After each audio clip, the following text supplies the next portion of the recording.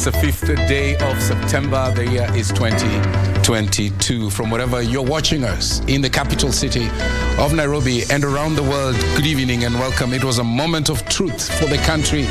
Remember, the apex court threw a stroke of a pen, delivering its judgment on the faith of the August 9th general election. The 7-judge bench upholding President-elect William Ruto's victory. Good evening once again. My name is Mboya. We have so much coming up in this live broadcast. And also on the other side of the studio, I've got my colleague Karo Njenga, who is in charge of the smart board tonight. Karo, with your smile, what do you have for us tonight? Tonight I will not be bringing you business news, but I'll be telling you the chronology of how events transpired at the Supreme Court from when the petitions were lodged to today, when the verdict is now out and the Supreme Court uphold the President-elect William Ruto. We have that and much more later on. And you remember that the President-elect also gave a speech. We will be getting some reactions from my panelist, Alex Mola, an advocate of the High Court, John Swaka, an advocate as well of the High Court, and Dr. Julian Roa, a conversation expert. All that coming up a little later on. But first things first, our top stories.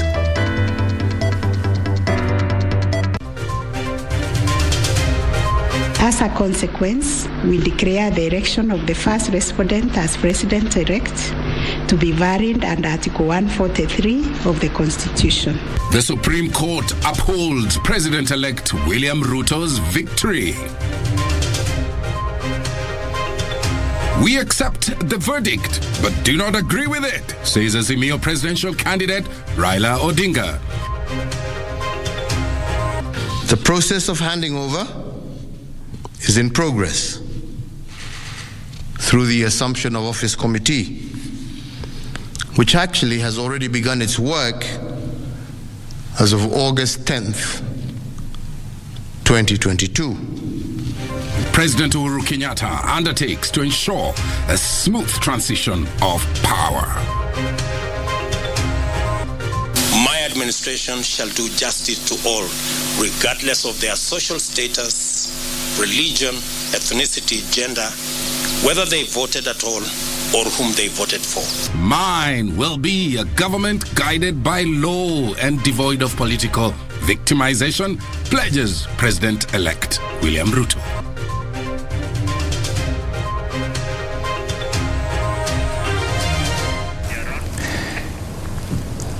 Thank you very much indeed for making time to be with us. Our socials at KBC Channel 1, my Twitter handle at Mboya24. Straight to our top story. President-elect William Ruto has promised a government that will be guided by the rule of law and devoid of political victimization.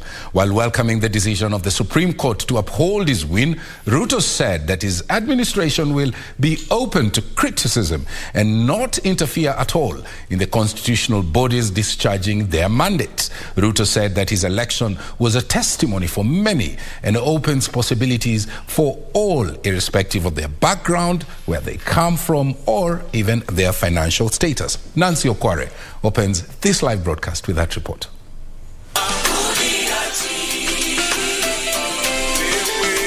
President-elect Dr. William Ruto lauded the judges for what he said was their firmness and fidelity to the rule of law and the sovereign will of the people. He said he has welcomed the verdict with tremendous humility and that the court, in affirming his win, had acted with utmost fidelity to the Constitution. I salute the judges of the Supreme Court who have performed their duty with utmost fidelity to the Constitution. They listened to all parties, considered all issues, applied the law, and demonstrated their learning, impartiality, and patriotism. He said his win was a clear testament to many that they can rise to attain their ambitions if they believe in God and with hard work. You know, the legendary Mama Mboya and Boda guys, they are the heroes of our campaign. They have opened doors and gates for their own children in every village, in every neighborhood, knowing very well that their children as well can become leaders. Ruto saying time for politics had come to an end and the hard work of delivering the many pledges had come. My administration shall do justice to all, regardless of their social status, religion, ethnicity, gender, whether they voted at all or whom they voted for. The president-elect promising to reach out to President Uhuru Kenyatta on matters of transition of power, even as he committed to ensure completion of all pending projects. I haven't talked to him in months. But shortly I will bring a call to him so that we can have a conversation on the process of transition. I take no offense at all that he decided to choose and support somebody else. The president-elect maintaining that there was no enmity with his political competitors and that they should not live in fear, but has ruled out any possibilities of a handshake, saying a functional government requires a strong opposition to put it in check. We will have an opposition in Kenya. There will be no handshake like the one we witnessed before. We are only competitors, not enemies. We vied to unite and strengthen Kenya, not to divide and weaken it. I therefore consider all of my competitors to be my worthy compatriots. Ruto making it clear that in his administration, independent institutions will be allowed to discharge their obligations unhindered, saying never again will such bodies be availed for political operatives. Wanasiasa wote wako na huru wakuwe na msimamo tofauti ya kisiasa bila ya kujali ya kwamba watashurutishwa, watalazimishwa, watafunguliwa mashtaka yasiyo na maana. Once you put the right leadership into place, this is a beautiful country with very resourceful and hard-working people. All you need is to create the right environment for the people of Kenya to prevail. A few hours after his victory was upheld by the Supreme Court, President-elect Dr. William Ruto says that he is ready to work and steer the country's economy forward, and that he is going to work with everyone regardless of their political affiliation. Nancy Okware, reporting for Prime Edition from Karen, Nairobi. Of course, the president-elect also thanking the judiciary for standing up and being a beacon of hope and emphasizing there that the doctrine of handshake might not be very visible in his administration. What that means, we have Alex Mola, advocate, John Swaka, advocate, and Dr. Julian Roa, who will be explaining to us the meaning of that a little later on in that live broadcast. Just a quick one. Anne Wangeshi is the one who's in charge of our sign language docket. Let's move on. And President Uhuru Kenyatta has pledged to oversee a peaceful transition process. Speaking to the nation for the first time after the declaration of Dr. William Ruto as president-elect, President Uhuru asked Kenyans to hold all leaders into account and ensure that all constitutional processes are adhered to. He commended Kenyans for holding peaceful elections. Here's a full address of the head of state. On the 9th of August of 2022, Kenyans participated in an election that ushered in new leaders at all levels of our governance realm. Following a dispute in the presidential election, a petition was filed in our Supreme Court for determination of validity of the results, and the Supreme Court has today pronounced itself on this matter. When I was sworn in as your president, I made a pledge to the country. A pledge to uphold the rule of law and the decisions made by the judiciary on all matters appertaining to our governance. Today, the Supreme Court made a ruling on the presidential dispute. Upholding the results announced by the Independent Electoral and Boundaries Commission on the 15th of August, 2022. And in keeping to the pledge that I made to uphold the rule of law when I took the oath of office, I commit to executing the orders of this court to the letter. The process of handing over is in progress through the Assumption of Office Committee, which actually has already begun its work as of August 10th, 2022. And indeed, it is my intention to oversee a smooth transition to the next administration, and all the necessary orders to facilitate this process have already been issued. And because democracy is a work in progress, I urge the country to respect the institutions that midwife our new leaders.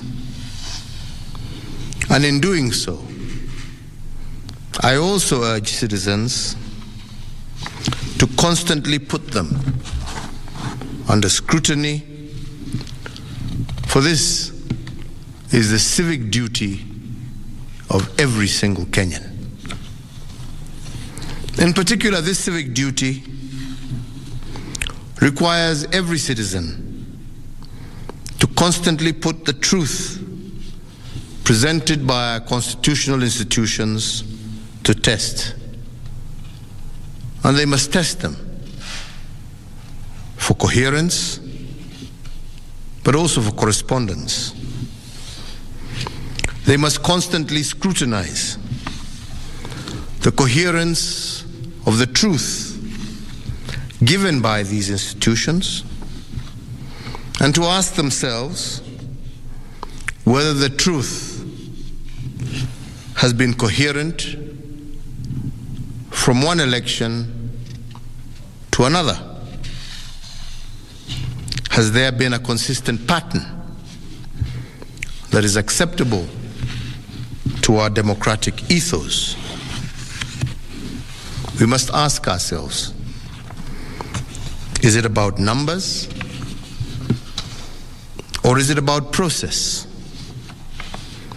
Which of these two is it? And can our institutions rule one way in one election and another way in another election without scrutiny? I do invite you, Kenyans, to keep vigil and indeed to hold all institutions to account. The second thing we must place under scrutiny is whether the truth given by institutions has correspondence.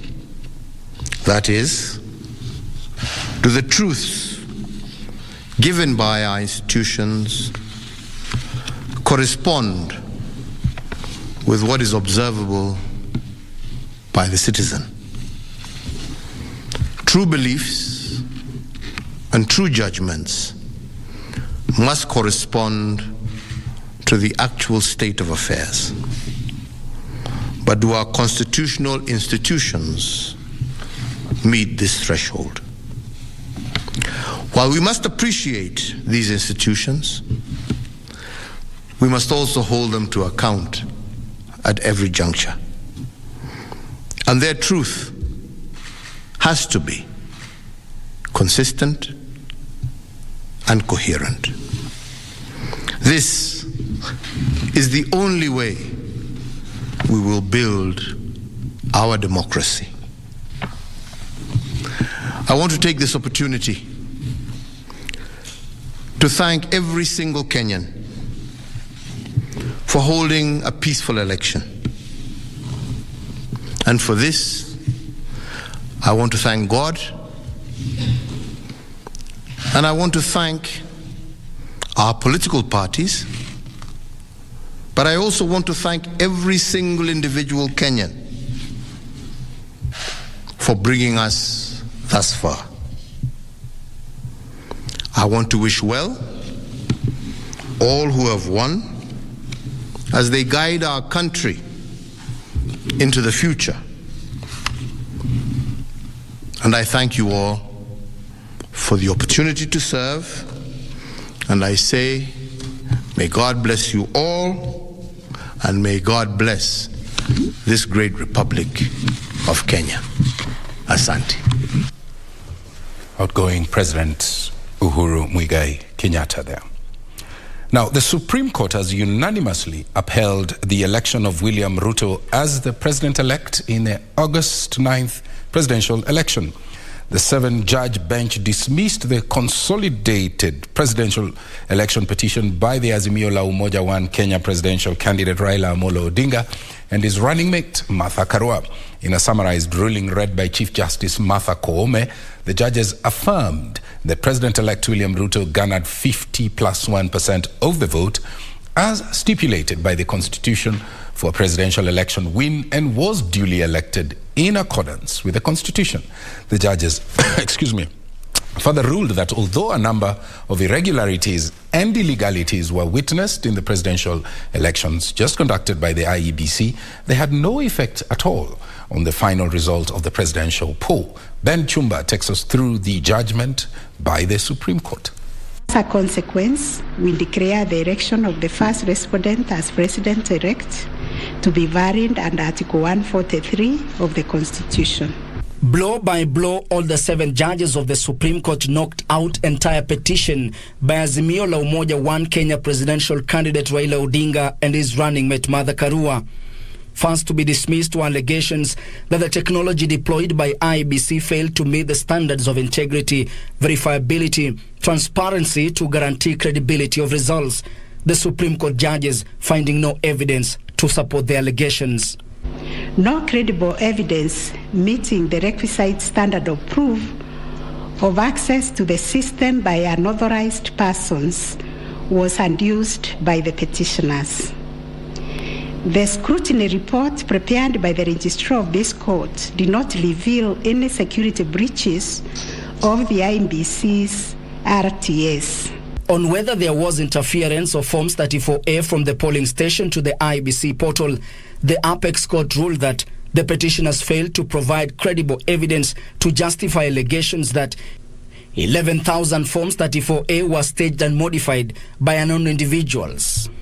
In our considered view, there was no evidence of a man in the middle server configured to the IEBC's VPN network, and no evidence was produced to show that the chairperson of IEBC and staff were part of the arranged conspiracy to stage the transmission process. In determining whether there were differences between Form 34A on the portal, Form 34A at the tallying center, and Form 34A with the agents at the polling station, the judges were not convinced by affidavit sworn by John Githongo, equally dismissing it. Those averments contain no more than incredible and hearsay evidence. No admissible evidence was presented to prove the allegation that Forms 34A were fraudulently altered by a group situated in Karen under the direction of persons named in the affidavit. Lawyer Julie Soweto's presentation at the Supreme Court on claims of foreign footprints on Forms 34A uploaded in the IEBC portal bearing the name of one Jose Camargo, however, did not convince the judges. This also turned out to be no more than hot air, and we were taken on a wild goose chase that yielded nothing of probative value. The fourth issue of determination was whether the postponement of gubernatorial elections in Kakamega and Mombasa counties, parliamentary elections in Kitui Rural, Kacheliba, Rongai and Pokot South constituencies and electoral wards resulted in voter suppression to the detriment of the petitioners. Although the judges acknowledged voter suppression as a political strategy to influence the outcome of an election, they found no merit on the claim. From the explanation tendered, we are satisfied that the postponement was occasioned by a genuine mistake, which in our view could have been avoided had the members and staff of IEBC been more diligent when they went to inspect the templates in Athens, Greece. The court also found no unexplainable discrepancies between votes cast for presidential candidates and other elective positions to justify nullification of the election. Not a single document has been presented by the first petitioner to prove systemic ballot stuffing. A figure of 33,208 votes relied on in this claim is based on unproven hypotheses. However, despite agreeing with the petitioners that IEBC Chairman Wafula Chebukati cannot allocate to himself the power to verify and tally the results of a presidential election to the exclusion of other members of the commission, the Apex Court said the dissenting four commissioners who poked holes on the presidential results actively participated in the verification and tallying exercise at the Bomas of Kenya. In the absence of any evidence of violation of the Constitution and our electoral laws, how can we upset an election in which the people are participating without hindrance as they made their political choices pursuant to Article 38 of the Constitution?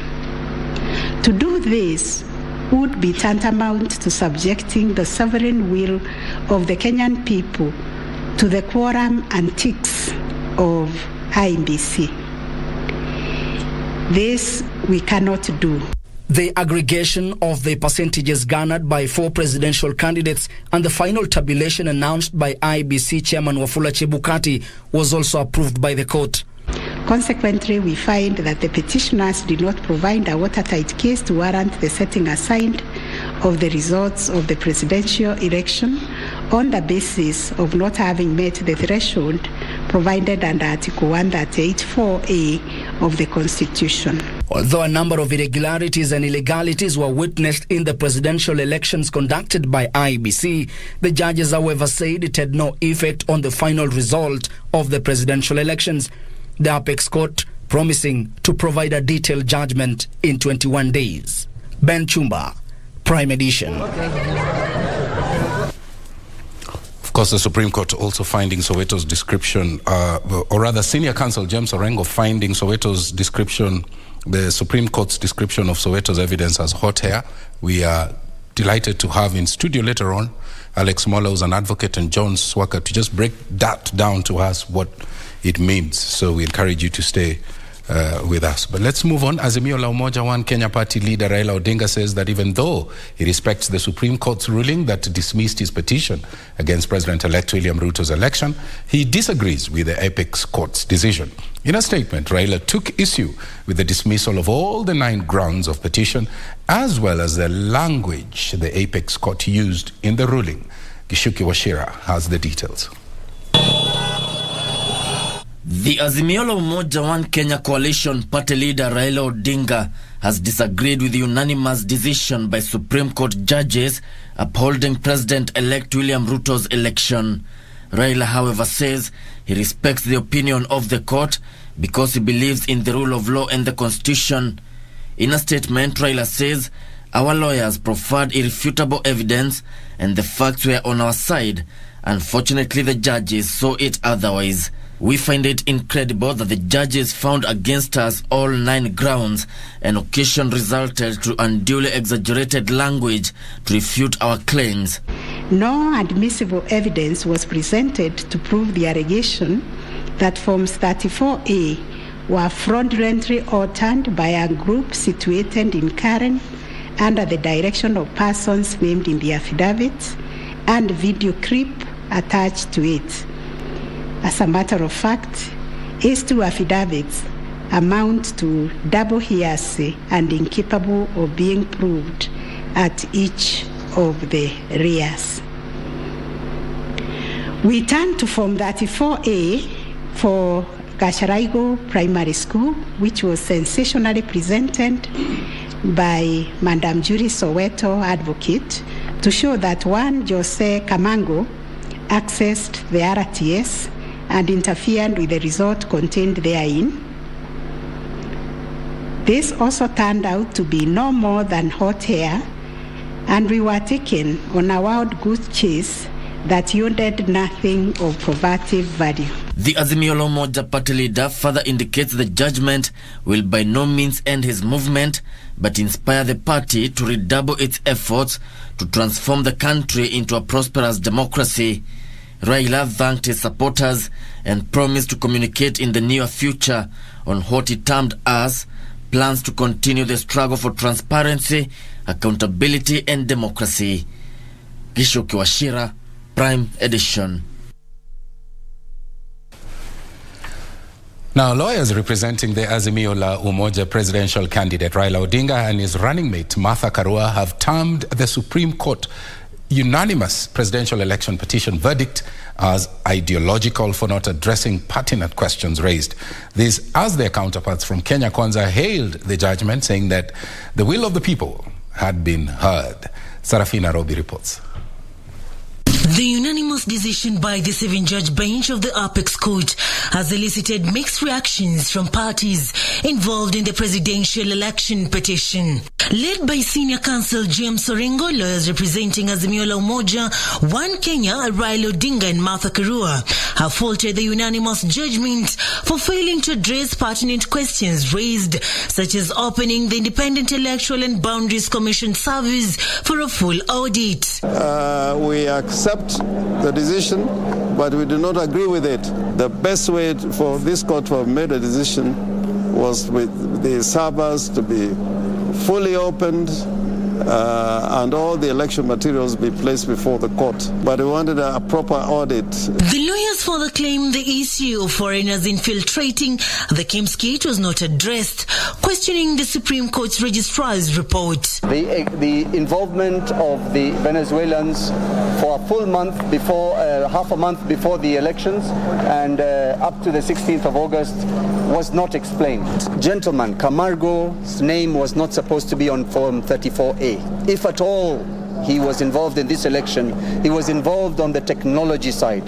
So to find it anywhere near a Form 34A raised more questions than answers. Other petitioners such as Busia Senator-elect Okiya Omtata also expressed reservations with the judgment. Mimi nimeona kwamba koti imeshatoa uamuzi na hii ni mambo ya siasa, kwa hivyo siasa imeisha, watu warudi kazi. Both camps would also have divergent views on the mentioned forged evidence on the sworn affidavits in court. No, I mean forgeries, when the DCI, the Director of Criminal Investigations, what we put before the court, a lot of it was from an agency of government. I didn't see them talking about similar incidents. Forgery is a criminal offense, and the organs that deal with criminal justice system in our country are at liberty to see if somebody deliberately forged documents and presented them to the Supreme Court. It is time action is taken. On the other hand, the Kenya Kwanza Alliance legal team, led by lawyers Kato Kigen and senior counsel Kioko Kilokumi, was also full of praise for the highest court in the land. Imefanya haki, imeamua vile imeamua, na vile tunaona ni ya kwamba it has been faithful to the constitution, na tunafikiria sasa tuendelee na IEBC pia iangalie kwa kindani vile Supreme Court imesema na wa adjust election processes ndio tufurahie wote. The implications are that Honorable William Samoei Ruto will be sworn in as president next Tuesday. That is 7 days from today. Yes, and and that sends the country to finality and stability after the electoral cycle. Kenya Kwanza government will not be just for the Kenya Kwanza supporters. It is a government for all the Kenyans. So do not feel left out as a Kenyan. Our doors are open. You belong here. We pray that there will be peace from now going forward. Following the unanimous decision by the 7-judge bench to dismiss the consolidated 7 petitions, the country now looks forward to the 13th of September for the swearing-in of the President-elect William Ruto. Serafina Robi for Prime Edition.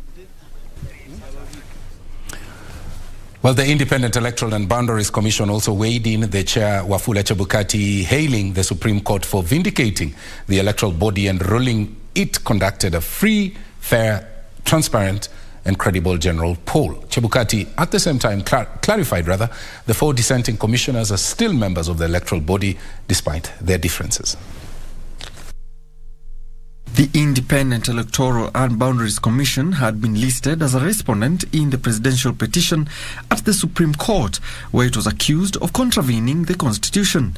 However, Monday's ruling by the highest court in the land is a sigh of relief to the Wafula Chebukati-led commission. This process started immediately after 2017 general election, and the commission tested its systems and processes in over the 40 by-elections in the last 5 years. Therefore, the Supreme Court judgment today is a testimony that the Commission conducted a free, fair, transparent and credible general election that met the democratic aspirations of the people of Kenya. The Independent Electoral and Boundaries Commission is finally vindicated. On the fate of the 4 dissenting commissioners, Juliana Cherera, Justice Nyangaya, Irene Masit and Francis Wanderi, as a commission, we follow the law, and it's up to them and their conscience what they want to do going forward. But as a commission, we follow the law, and we have not chased away anyone. At the same time, Chebukati called for investigations into the cases of attacks on some IEBC staff. In the course of discharging our constitutional duty, the commission and its staff endured harassment, intimidation, abduction, arrests, and some lost their lives. In this general election, the abuse of IEBC staff reached an unimaginable scale. Apart from the 2 deaths, the commission and staff suffered other atrocities, including, but not limited to, assault and injury of the chairman, Commissioners Professor Abdi Gulier and Mboya Molu, and the commission secretary and Chief Executive Officer Mr. Marijan Hussein at the National Tallying Center during the declaration of results. Working for IEBC should not be a death sentence. The Commission reiterates that election is a process and not an event. This process started immediately after 2017 general election, and the Commission tested its systems and processes in over the 40 by-elections in the last 5 years. Therefore, the Supreme Court judgment today is a testimony that the Commission conducted a free, fair, transparent and credible general election that met the democratic aspirations of the people of Kenya. The Independent Electoral and Boundaries Commission is finally vindicated. We look forward to the full judgment of the Supreme Court, as well as feedback from our stakeholders during the post-election evaluation exercises which will inform areas of improvement in the electoral process. Finally, the Commission wishes to thank immensely its legal team in not only defending it, but also ensuring that the sovereign will of the people of Kenya is protected. The IEBC chair said they will engage stakeholders in a post-election evaluation exercise which will inform areas of improvement, even as it awaits the full version of the judgment of the Supreme Court. Alan Auko, Prime Edition. IEBC Chair Wafula Chebukati there clarifying that 4 dissenting commissioners are still members of the body despite those differences. Will the centre hold? Our panelists, Alex Mola, advocate, John Swaka, advocate, and also Dr. Julian Rowa, conversational expert, will be unpacking all those areas for us. Do stay with us. We're coming back after this short break.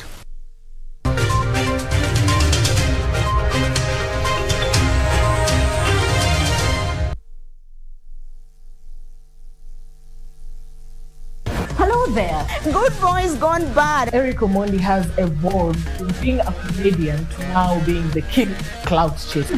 How does a gospel artist make money? Jaguar wept again. Anaweza kuwa celeb, anaweza kuwa na followers, but it's a time for artists to make bank. Yes. How is your relationship with Zari, considering that she dates young? These are accessories. They do not make... Slap the guy. Yo, what's up? My name is Ted Josiah. Oh, mashallah. You sing about serious issues, it will not trend. If you sing about Adhiambo C. No. Bahati hata kuwa na machozi. Willy Paul ndio alikuwa anatoa machozi. For your beat these boys with stones. Let's all be logic. Yesu ashukangi chini analeta pesa. Musicians are missing the point. Do we sip water? You are watching pop culture with Adhiambo with a Y.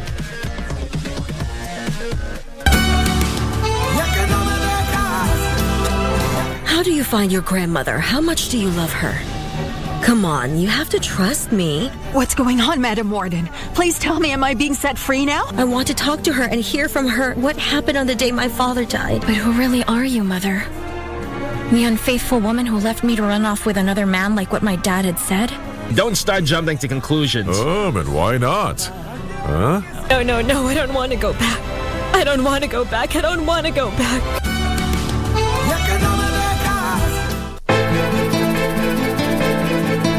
Umeliona gazeti la leo?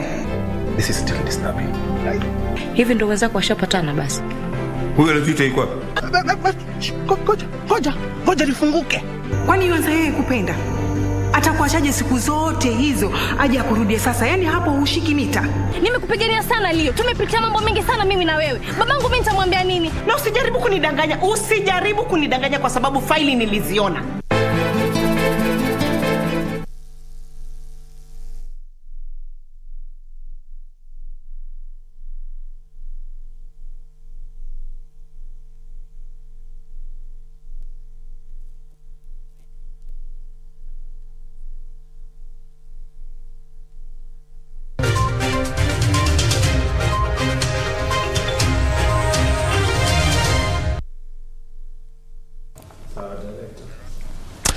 Welcome back, our socials at KBC Channel 1, my Twitter handle at Mboya. Before we take you to Nyeri, let's cross over to the other side of the studio. Karen Jenga is next to the smart board with the swearing in timelines. Yes, Mboya, and I'll be taking you through what has been happening at the Supreme Court from the day the petitions were filed, and I'll be telling you, giving you the dates of how this event transpired at the Supreme Court. And the home stretch to inauguration timelines, we start with on 22nd of August 2022, where the petitioners were filed the petitions, and this was followed by 23rd of August 2022, where the petitioners served respondents, and then on 27th of August 2022, we had the responses to the petitions.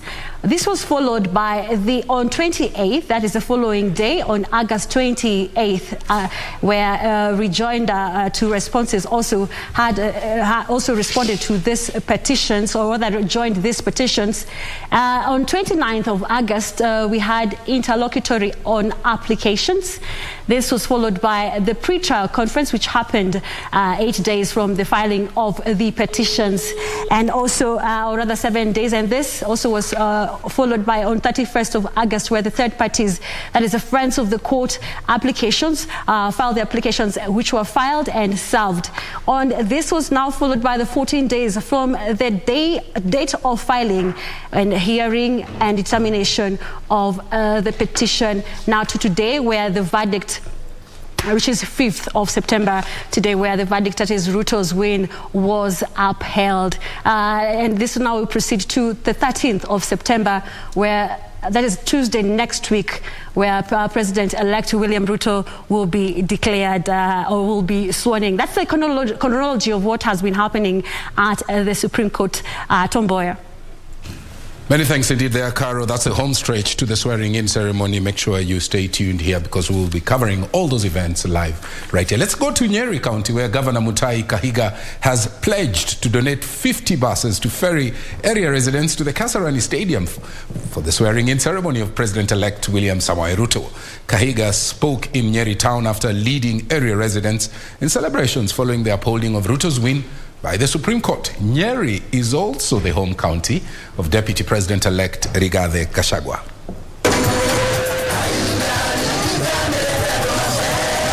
Song and dance in the streets of Nyeri town. A section of residents, including members of National Assembly elects from different constituencies in Nyeri County, following proceedings of the Supreme Court as projected on the huge TV screen. Moments after Chief Justice and President of the Supreme Court, Martha Koome, announced the upholding of William Ruto's win.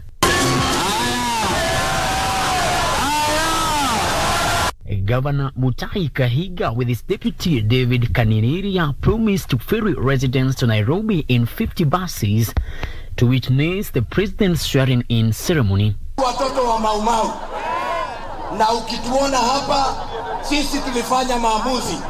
Siku ya leo tunataka kushukuru koti kuu, the Supreme Court, kwa sababu imepatia heshima matumaini yetu na maono yetu kwa kupitisha kesi hiyo kama ilivyopitisha siku ya leo. Sisi wote tufanye kazi kwa njia moja,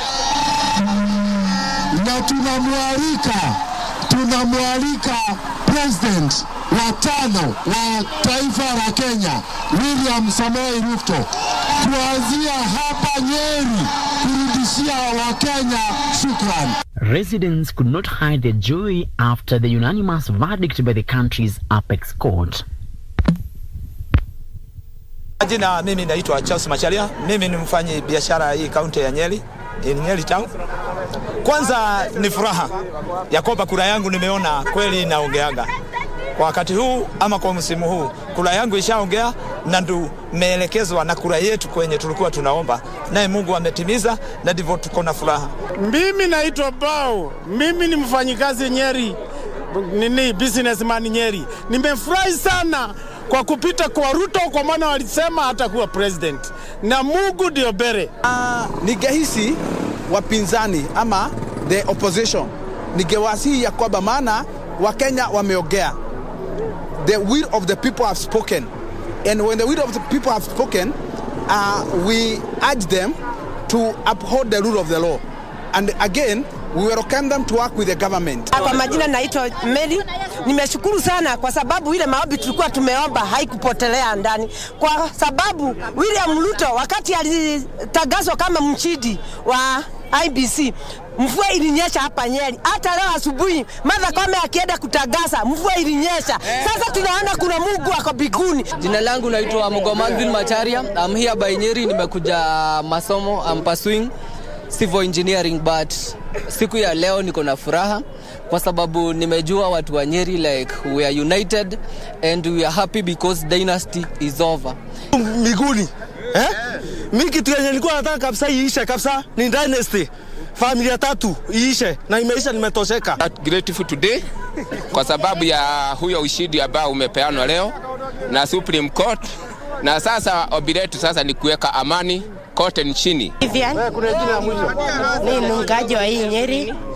So tukitaka kuongea, as we are happy and we are grateful for choice of court for our president-elect William Samoei Ruto, and we are especially going to do the work of together. It was the nation mood in Nyeri town after area residents expressed their happiness and optimism after upholding of William Samoei Ruto's win. The area residents have promised to attend the swearing-in ceremony that will be held at Kasarani Stadium on 13th of this month. Reporting for Prime Edition from Nyeri town, Nyeri County, my name is Frederick. From Nyeri, let's cross over to Bondo, where it was business as usual in Raila Odinga's hometown before and also after the Supreme Court's verdict that was delivered today by the 7-judge bench. And while the verdict caught many of the residents by surprise, peace and coexistence was the rallying call from the disappointed residents, as Wycliffe Okech now reports. Calm and normalcy in Bondo, the hometown of Azimio presidential candidate Raila Odinga. Residents going about their daily routine in a way that does not speak the language of the event of the day, the Supreme Court verdict. And while the verdict that upheld Dr. William Ruto's victory came as a disappointment to some of the residents, all they asked for was peace and unity. To me, I'm accepting the result as it has been announced by the Chief Justice, and anybody who is getting me right now can just urge you that you just accept it and move on. The country must go on. I never expected such a verdict from the Supreme Court, because based on the evidence of the Azimio la Umoja, we as supporters, we were convinced that this election was null and void. So what we are waiting for now is to get direction from our presidential candidate, His Excellency Raila Amolo Odinga. So based on the previous experiences on what politics comes with after election, we are used to this aspect of losing, complaining, and court issues. So that really doesn't add value to most of the residents now in terms of economic status, especially in their livelihood. So we have been brought up to now. In fact, the results has really hardened the perception of the way people think. The residents also implored upon the incoming regime not to turn a blind eye to the region, even as they remained hopeful of victory someday. The regime that is coming in, of course, for a very long time, this region has been in opposition, and as a result, there has not been much development as compared to the areas that have been in government. So probably I will expect the same, but if something happens, maybe I can be proven wrong if you can see new developments. But as you can see, the place, as you compare with other places that leaders have been supporting the government, there's a substantial difference on development. Now that the decision has been made by the Supreme Court, I think it is absolutely necessary that now we have to move forward, unless otherwise. But as a law-abiding citizen, now that Raila Odinga has also taught us democracy, I think we need to move on as a country. The residents vowed to promote peace and coexist with other communities. For Prime Edition from Bondo Town in Siaya County, I am Wycliffe Okech. Well, from Wycliffe Okech, I want to throw it back to Karo Njenga. Raila Odinga, Right Honorable, 5-time unlucky. And also, Karo will also be telling us the 9 issues that were framed. Karo, over to you. Well, indeed, the Azimio party leader, Raila Amolo Odinga, and the presidential candidate has tried 5 times to become the president of Kenya. And he tried in 1997, he tried in 2007, 2013, and 2014. Let's look at 1997 and how many votes he garnered. We can see that he garnered about 665,792 and 25 rather. That was Raila Amolo Odinga, who was actually who had actually came in third. Other candidate in 2007, he came in second with 4.3 million, while Moi Kibaki came in, who was the former president Moi Kibaki, and the late came in first with 4.5 million of votes. Other candidates garnered 939,314 of votes. Now, in 2013, it was a very critical election where Raila Amolo Odinga garnered 5.3 million votes, and Uhuru Kenyatta, the HE right now, garnered about 6.1 million of votes. Now, other candidates got 707 and 74 votes. Now, in 2017, this was his 4th trial. Results came in, and he became the second during that period, where Uhuru came in faster with 8.2 million votes, and Amolo Odinga came in second with 6.8 million votes, with other candidates garnering 135,359 votes. Now, moving on to this election, remember this is a very critical election. We had a repeat poll that is for the presidential polls, and it was between Uhuru Kenyatta and Raila Amolo Odinga, where Uhuru Kenyatta came in first with 7.4 million votes under the Jubilee Party. Raila Odinga came in second with 73 votes, 228 votes. Remember this time round, this in 2017, Raila Odinga did boycott these elections, and hence the lead, or rather announcement by the IEBC then, as Uhuru becoming the president then in 2017. Now, to today's, or rather to August 9th of this year's election, we saw William Ruto garnering 7.1 million votes, that is 50.5%, and Raila Odinga came in second with 6.9 million votes, that was 48.8%. Other candidates garnered 93,956 votes, and these are the results that were upheld today by the Supreme Court. The seven judges at the Supreme Court upheld this election, saying it was credible, and this now proceeded now to William Ruto being announced, or rather his election being upheld. Now, moving on to the verdict that was at the Supreme Court today, and other issues that came about during today's Supreme Court. We had 9 issues which were before, or rather, let me go back a bit. Let me go back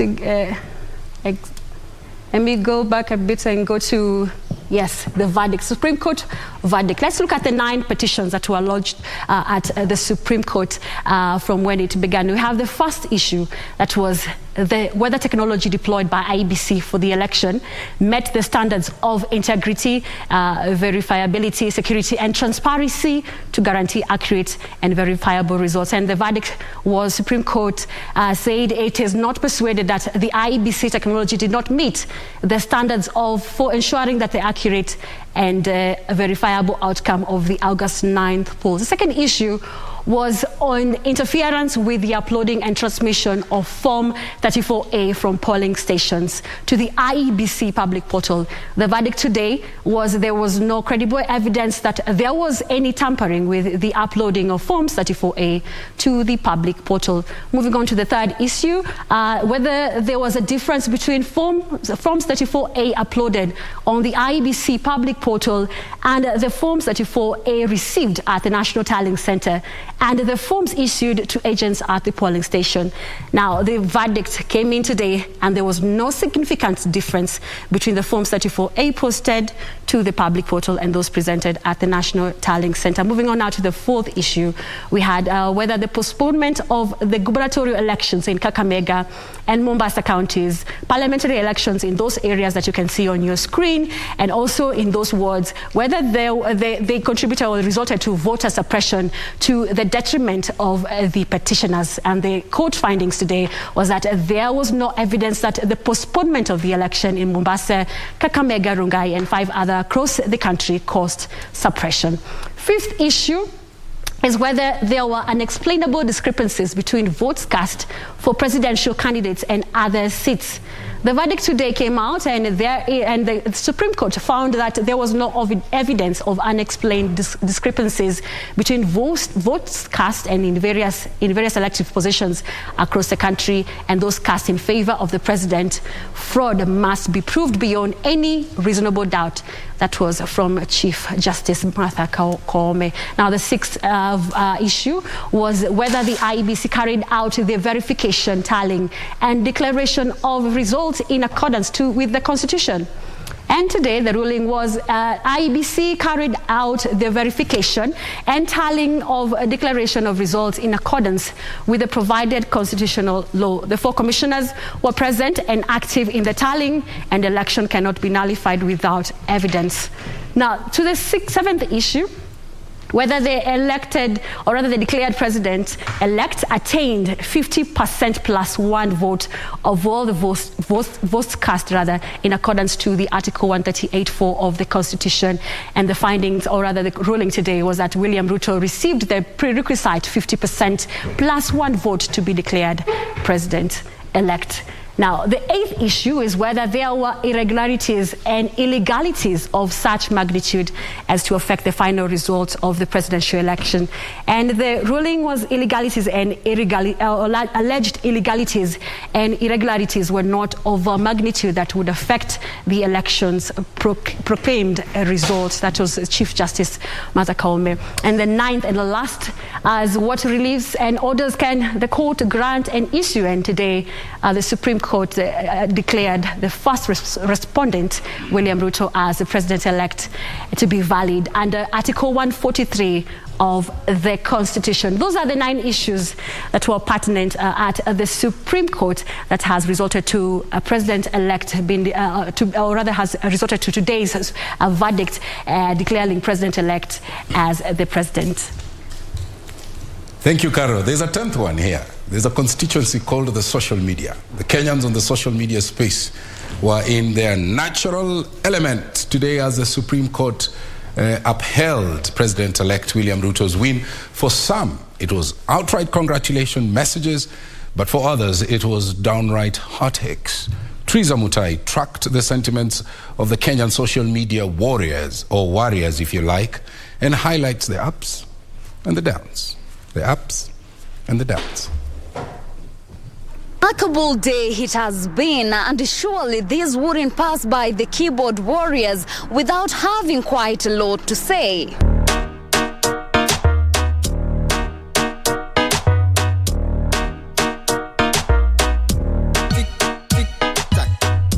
The dawn of a new era, from grass to grace, a perfect example that even the smallest can be the mightiest of all. Today being the 5th day of the month, a date that determined the outcome of the 5th president, many netizens trooped to social media sphere.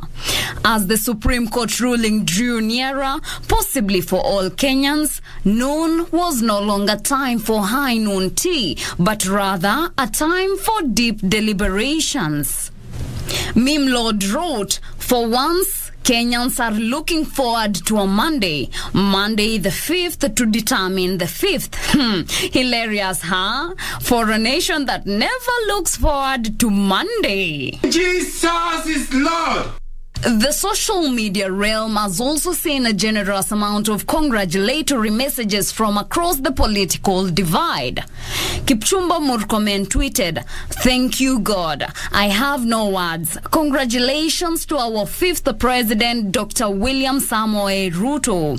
I have confirmed it's not a dream. It is God. Yes, it is God at William Samoei Ruto." Lord Abraham Mutai to the 5th president of Kenya, Dr. William Samoei Ruto and his team, embrace us all. Embrace those who were hard on you. Embrace those who believed in Azimio la Umoja. Embrace the Republic as a whole. We are all Kenyans. Defeated, we rise and we will support you. George Natembeya, congratulations President-elect His Excellency William Samoei Ruto for your victory to be upheld. All the best as you serve Kenyans. Pongezi. Let's serve Kenya now. Professor John Lonyangapo tweeted, "Congratulations His Excellency Dr. William Samoei Ruto on your confirmation as the President-elect of the Republic of Kenya." However, in each contest, there is a victor and a loser. The Azimio team and its supporters may have varied remarks on the Supreme Court ruling, some feeling that perhaps the ruling was skewed. Karam tweeted, "Even from a neutral point of view, it does appear as an absolutely absurd occurrence that the Supreme Court decision really did away with all 9 issues presented by the petitioners. Surely it wasn't all quote-unquote hot air and may actually be ideological as Justice Orengo implied." But for Esther Kazungu, pray for your friends who are both Arsenal and Azimio supporters.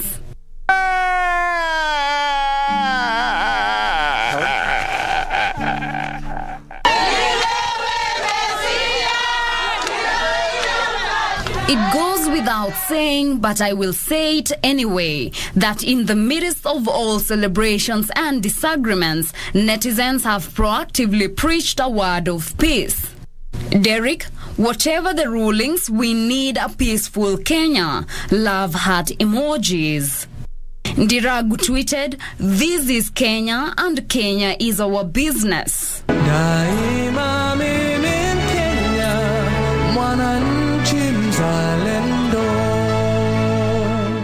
Well, that's it for us. Reporting for Prime Edition, I am Teresa Mutai.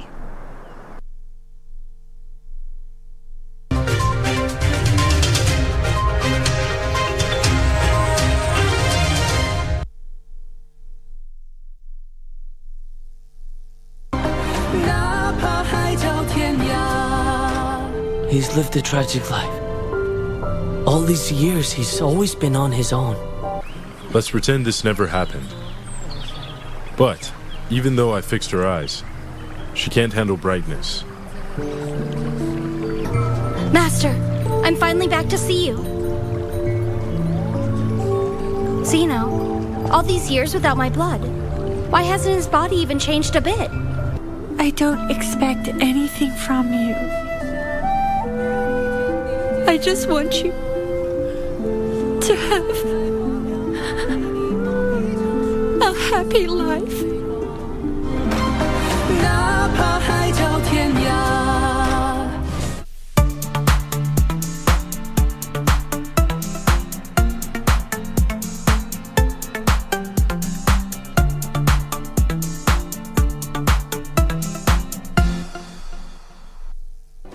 Do you have a news story to share with KBC? Get in touch swiftly on email news@kbc.co.ke or call 0723-892-654 or 0734-780-124.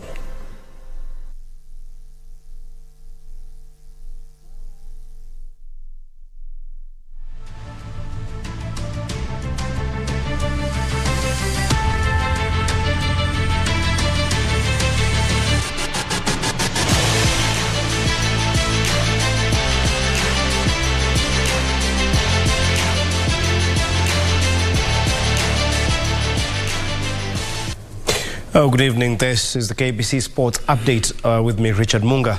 Now, Nepal took the one-day international series against Kenya 3-0 after a 6-wicket win in the final match played today at the Nairobi Gymkhana grounds. Host Kenya won the toss and elected to bat, putting 255 runs for the loss of 9 wickets in 50 overs. Collins Mboya scored 84 runs, with Lucas Oloch adding a quick-fire 59 from 27 runs. Adil Ansari took 3 wickets, while Sompal Kami took 2 wickets. In reply, Nepal got 248 runs for the loss of 4 wickets in 47.1 overs to secure the 6th wicket and win the series. Asif Sheikh, Arjun Saud and Basir got 56, 58 and 52 runs respectively.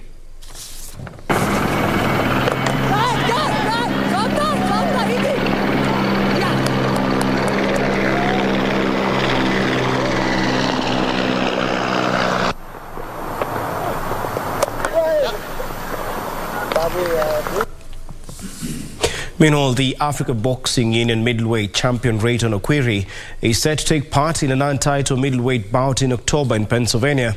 Okwiri has been training at the Kaloleni Social Hall with the Kenya Prison Service team in preparation for the fight, which will take 10 rounds as he awaits his American opponent. The sergeant was forced to retire in the 7th round during the IBF International ESPN fight held in South Africa in June this year. After he was injured, he has now fully recovered and is raring to get back to the ring for his remaining bouts this year. The former Olympian turned pro in 2017 hopes to win his first major title in the near future. So far nimepata fight moja ambayo ilikuwa ni fight kubwa sana, ilikuwa ni IEBC International ambayo nilipigana huko South Africa. Ingawaje nili lose round ya 7, banake nilipata jeraha. Upande wa prisons tuko na tuko na vijana. Tuko na vijana wazuri. Kama saizi tunajiandaa kwa hii ligi itakuwa 26th, 7th and 8th Kitale.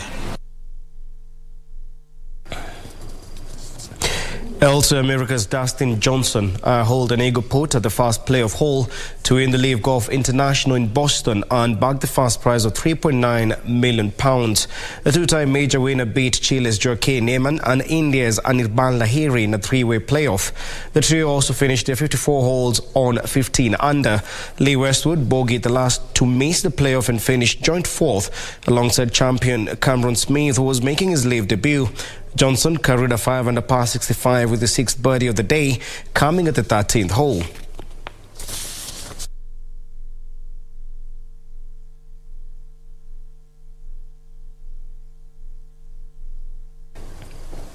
Meanwhile, National Rugby Sevens team Shujaa leaves for South Africa today, ready to take part in the Rugby World Cup, which kicks off this Friday in Cape Town. The team, coached by Damian McGrath, will have 3 days to acclimatise and will open their campaign against Tonga on Friday. Kenya's record try scorer Collins Injera has been included in the team, together with William Baka and Billy Odhiambo.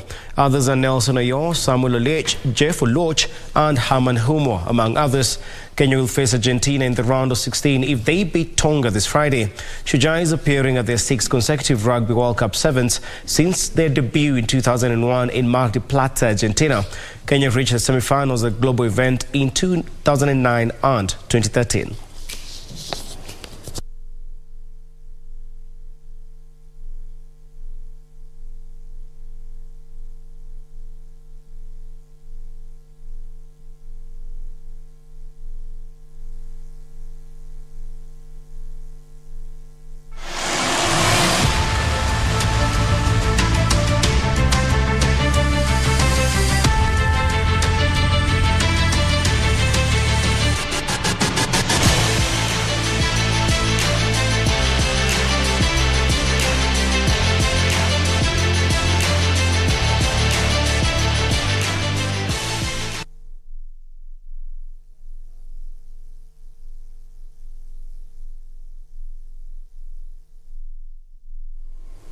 Well, that's all the time we had for the KBC Sports Update tonight. I'm Richard Munga. To have a good night, but don't go too far. Mboya is on the other side of the studio.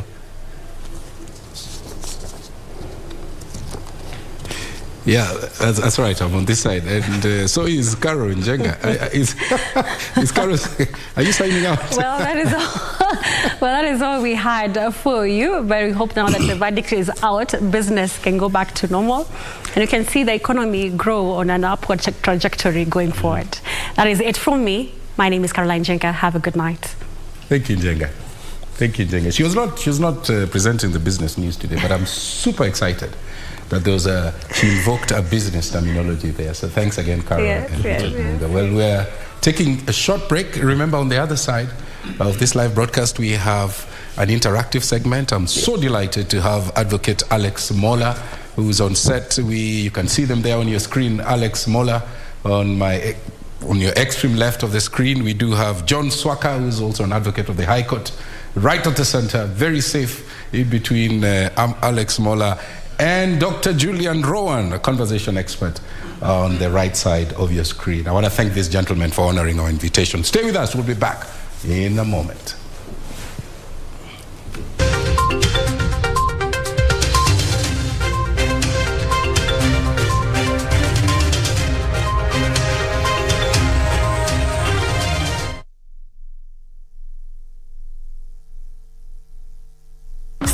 Songea tukupashe na zile ambavyo vitakupa tabasamu tosha. Hana mapenzi wala mahaba, mtoto mbaya sana huyu. What did you just say? Sio tamthilia tu. And why you're saying that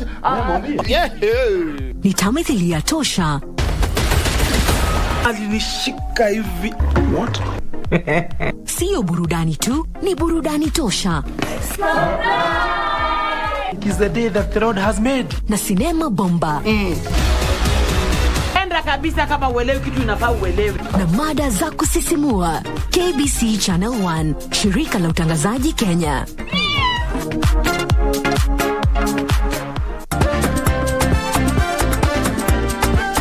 Karibuni sana to the Second Chance TV game show. Tough questions. Virunga National Park is located within which mountain ranges? Aberdare.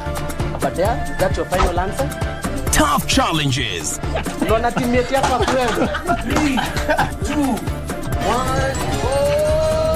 It's a survival for the smartest. 10 seconds to go. Who is the current president of Malawi? Jakaya Kikwete. Wrong answer. That is the wrong answer. Does it border to the east? Nakuru County. Nakuru County, you get 2,000 bob. Premiering soon on Channel 1.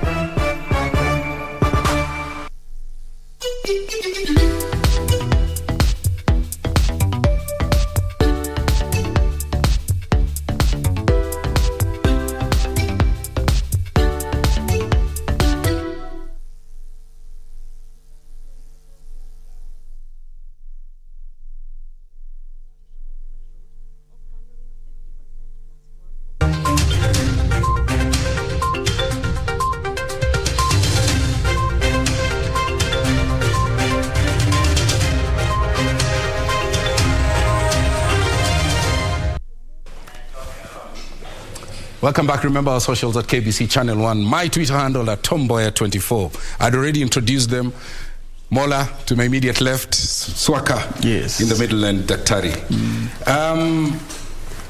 President-elect William Samoei Ruto, the Supreme Court upheld, and we are seeing the youngest ever President of the Republic of Kenya. I want to get your reactions. Let me start with you, Akili.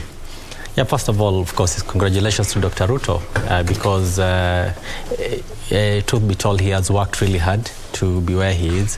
And some of the things he has actually said today is, given his background, as he said, it gives hope to every Kenyan, wherever you come from. So I think it is a good thing for looking at it from that perspective.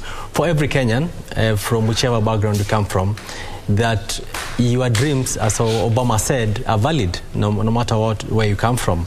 The Supreme Court has already delivered its decision, and that decision is final. The way the drafters of Constitution made it is that a dispute resulting from the presidential election is subjected to is presented to the Supreme Court, and once the Supreme Court, which is the apex court, has made its decision, that decision is final. So all that is remaining is for people to accept.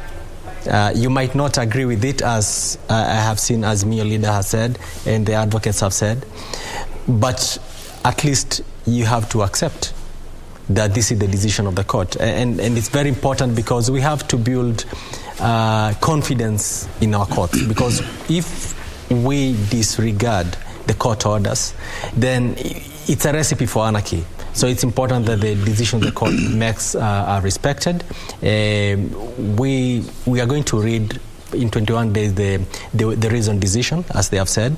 We are going to see some of because whatever they were giving was basically a summary of the decision. Yeah, and we'll wait for those 21 days. Interesting, you said that the president-elect in his victory speech made some comments. That's right. And, we'll get into those details. But Swaka, what was your reaction when, CJ Martha Koome said, we are withholding this, we are upholding this victory? Yeah, of course. Thank you, Mboya. The thing is,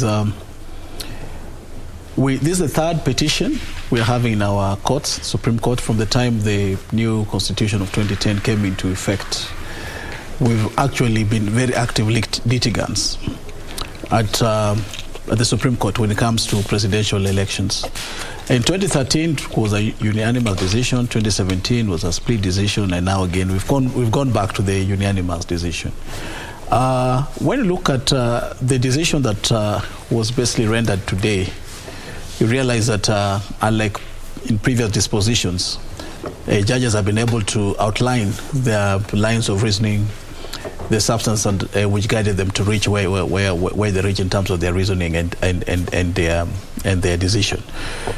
But this time round, they all encompassed into one document, which then Martha Koome, the CJ, was able to call a synopsis of the judgment, and a detailed one will come, of course, after 21 days.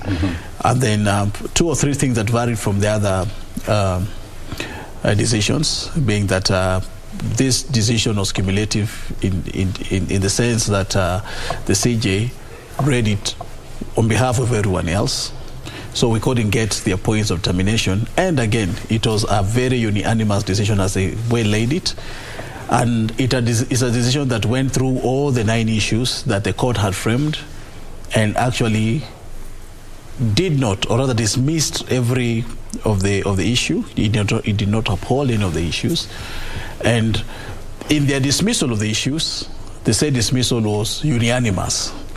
So it's a record breaker in our country because one, we've never had as many issues as the ones that were framed. 2, we've never had from Azimio quarter such a serious petition with many prayers. It was just not overturned the results. It had other prayers touching on the IEBC, touching on the conduct of the chair, touching on maybe the recomposition of the IEBC. It had lots and lots of prayers. Some were even criminal in nature, do you think so? Some were criminal in nature, and of course some were out of the purview of the jurisdiction of the court. And you had the court actually say we are unable to do or to deal with some of the issues that you framed. The jurisdiction lies elsewhere.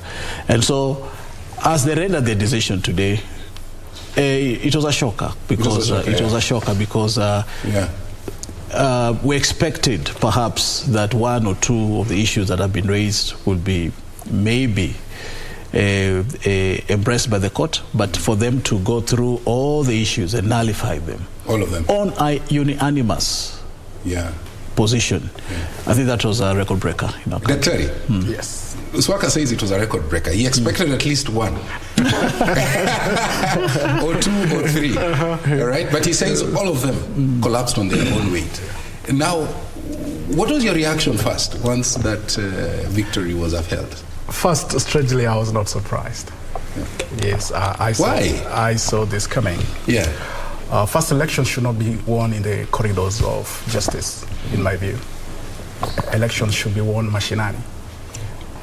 In the corridor of justice, we just go seek, some kind of relief in the event that we feel injured in the process. So placing so much reliance on the Supreme Court to sort out this mess was expecting a little bit too much. That's in my view. Okay. You asked me why I felt this way earlier. I took time to just see how both legal sides are constituted, and I say this without prejudice. At first, I didn't know, and I don't know if it is prudent to mention names here. I didn't know that Ngatia would be appearing for Kenya Kwanza, Senior Counsel. Senior Counsel, and when he did, I said this was a game changer because I've taken time to try and study the man, and I understand his level of detail. He's very, very thorough. And he's very good at articulating the issues that he sees in front of him. And I thought, up to that level, Azimio are going to have an uphill task. So when the Supreme Court comes and says we are upholding the election results, I reiterate again that I'm not surprised. But again, this is against all odds.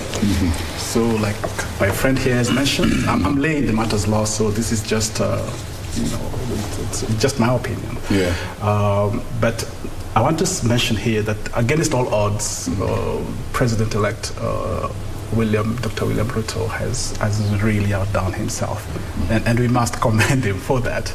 We must truly commend him for that.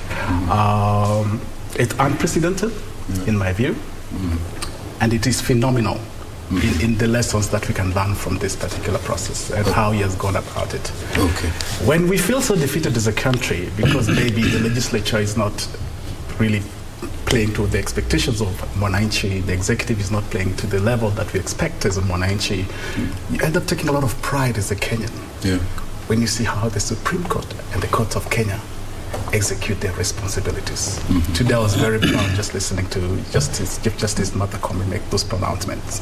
And he told me that indeed we are a law-governed country.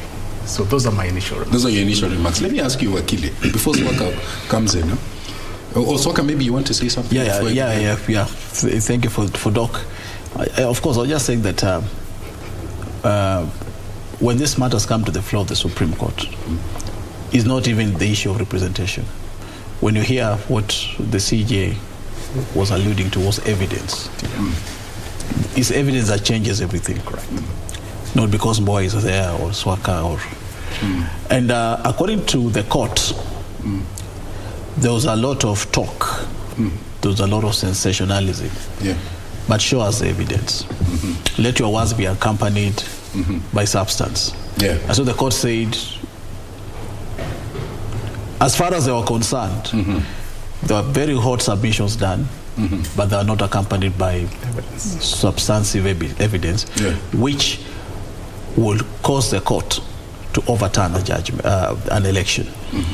Then the court, of course, mentioned that, of course, there are disparities here and there. There were some scintilla of evidence, but it's not sufficient to overhaul a whole election. And so that was the game changer. That was a game changer. Let me just ask Wakili this. And I would like us to do a comparative analysis between the 2017 petition and the 2022 petition, just in passing. Are there any parallels? Are there any differences that you can see between these two? Definitely there are differences. And the obvious difference is that this decision today was unanimous. The 2017 one wasn't. Like the 2013 one? Yeah, like the 2013 one. And as Council rightly put it. But what we saw, and the major difference in this petition, and I think that's the reason why we had a unanimous decision, is that when you look at the 2017 decision, in fact, CORD, as it were, at that time, it actually had evidence. And that evidence... NASA, it was NASA, right? Yes, they had evidence. And that evidence was really credible. And they presented it to court. The court looked at it. And in fact, they were saying, what we have, if you are to compare it with what is in the server, you will find a lot of difference, okay? A lot of disparity. And they asked IEBC at that time to open the server. Yeah. IEBC didn't. So there was only one conclusion the court can make, that if this evidence has been presented to us and they want to compare whatever they're having or whatever hard copy the IEBC are having with what is on the server, and you are not opening the server, there's only one conclusion. There is something you're hiding. And I think that was the game changer at that time. This time round, Mr. Chebukati and his team opened the server. Okay? Initially, or at least that is what was seen, that all the forms are put there and the public and the parties concerned could be able to access them. And when the parties went to court, one of the things I think Azimio failed a lot was to present some of the evidence that was questionable. In fact, the court, I think, got mad. By the way, before you bring that point, let me just ask you, do you think Council Philip Murgo or Senior Counsel James Orengo would agree with you when you said that the servers were open? If they won't, I'm coming to that point. I'm coming to that point. Okay. One of the things is that actually questionable. So, for instance, there were some evidence that was being presented, and even John Githongo did acknowledge that, in fact, I was misled. Some of these things are from 2017. So once you put that before the court, in fact, the way the court already loses, interest in whatever you are saying. Two, when you look at the registrar's report, and which was the most important report, and most of us, that is the report we are looking at. The registrar's report saying that IEBC in fact did comply with most things, and where they did not comply, for instance, there were some other, I think they wanted applicants wanted to see, they didn't see, but the IEBC said we have presented these things to court because of some of the NDAs that were in there, we cannot give it to you, but we have given it to court. So ultimately what happened, the court, I think it was who can be believed, who was more believable. And the IEBC managed to convince the court that, in fact, we have complied. And the report of the registrar did, in fact, that to a greater extent, IEBC complied. And when you look at what Senior Counsel Murgo did, he presented some document. In fact, they wanted to sneak in some document contrary to the rules of the court, and which word has scared me a bit. That word sneaking. Yeah, which Mr. Ngati actually saw, because and I agree with Wakili Swaka. No. Yes. Yeah. Someone like Ngatia is sensitive to detail, and they actually saw that some documents were being introduced out of time, because that court has very strict timelines on what can be produced and at what time. So they wanted to produce some document that was not in the registrar's report, indicating that there was some access to the server way after, before the election and after the election, and which was not in the registrar's report. And that thing was thrown out. And once that was thrown out, they didn't have anything. Azimio didn't have anything to say. Anything. Yeah, they didn't. Okay. And the judges also ruled, Wakili Swaka, that a number of irregularities were noted, but as you said, they were not, they couldn't warrant the, annulment of an election. But the outgoing president also said something. He posed a question. Can an institution rule one way in an election petition with almost similar facts, and then proceed to rule another way in an election petition? How do the wananchi, the voter, reconcile this? Yeah, and that's why you heard me say this decision was equally a shocker, because when you look at 2013, when CORD filed a petition, it was dismissed unanimously.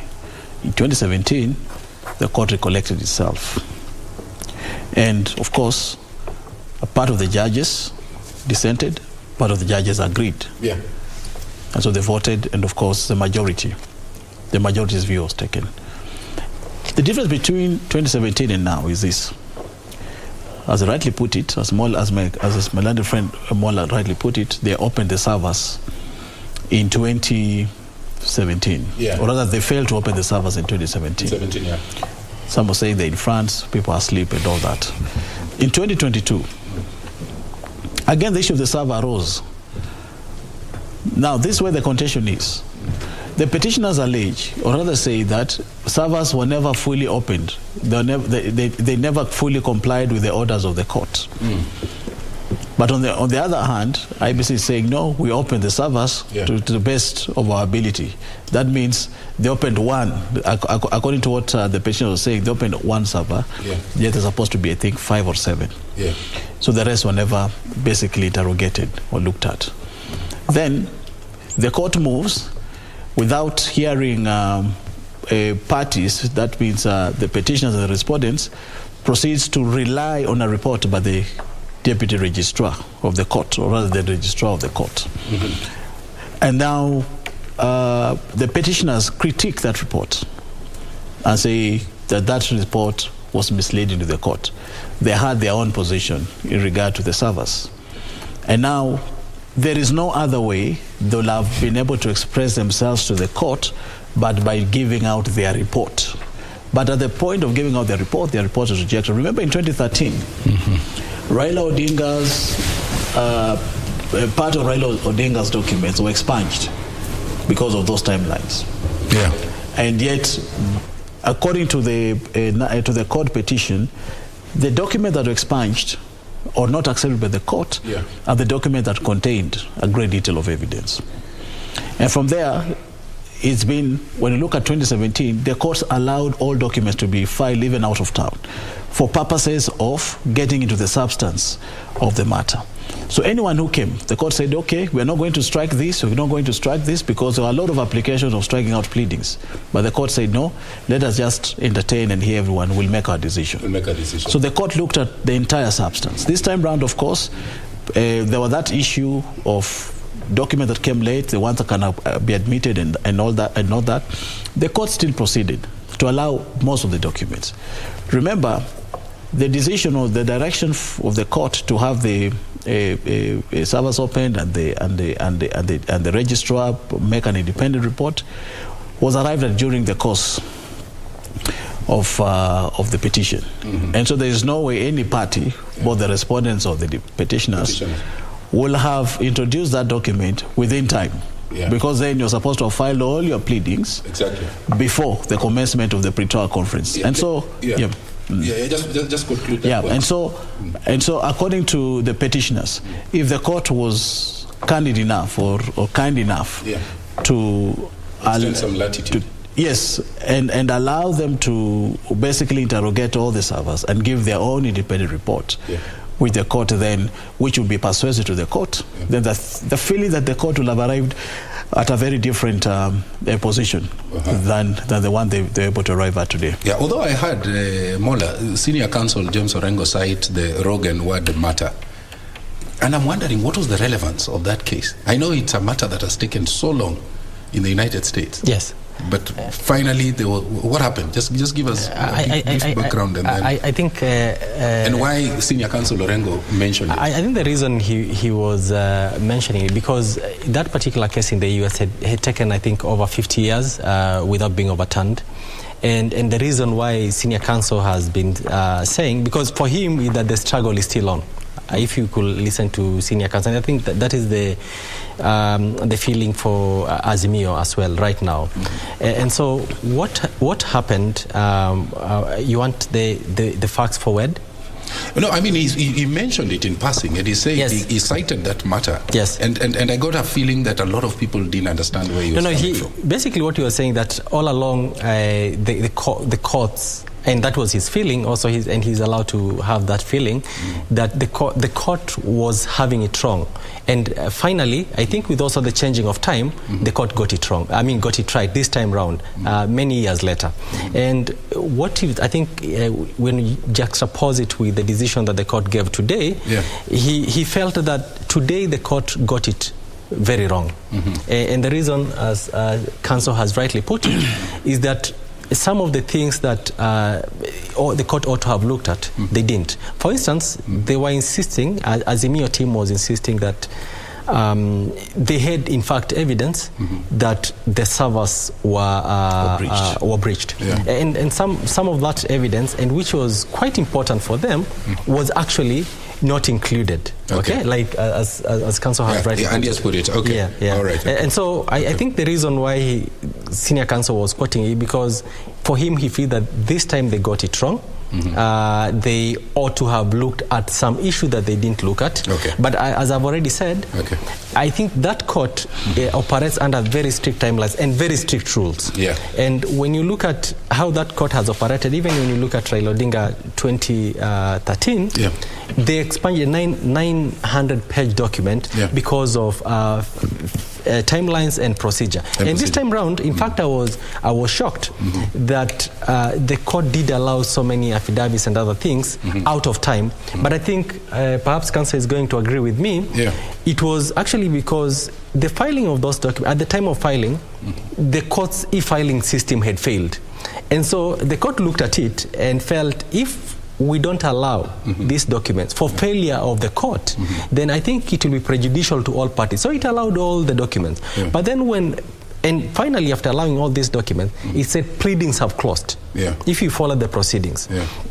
So the document that Senior Counsel Mugo wanted to introduce, it was actually outside. It was coming way after after the pleadings have closed, and I think it will have been very difficult for the court to. You made your point. I want to go to, before I go to Dr. Rowan to tell us, because you see, the president-elect said two things. He promised to place a call to the outgoing president, and he also promised to place a call to Right Honorable Raila Odinga. Worthy competitor.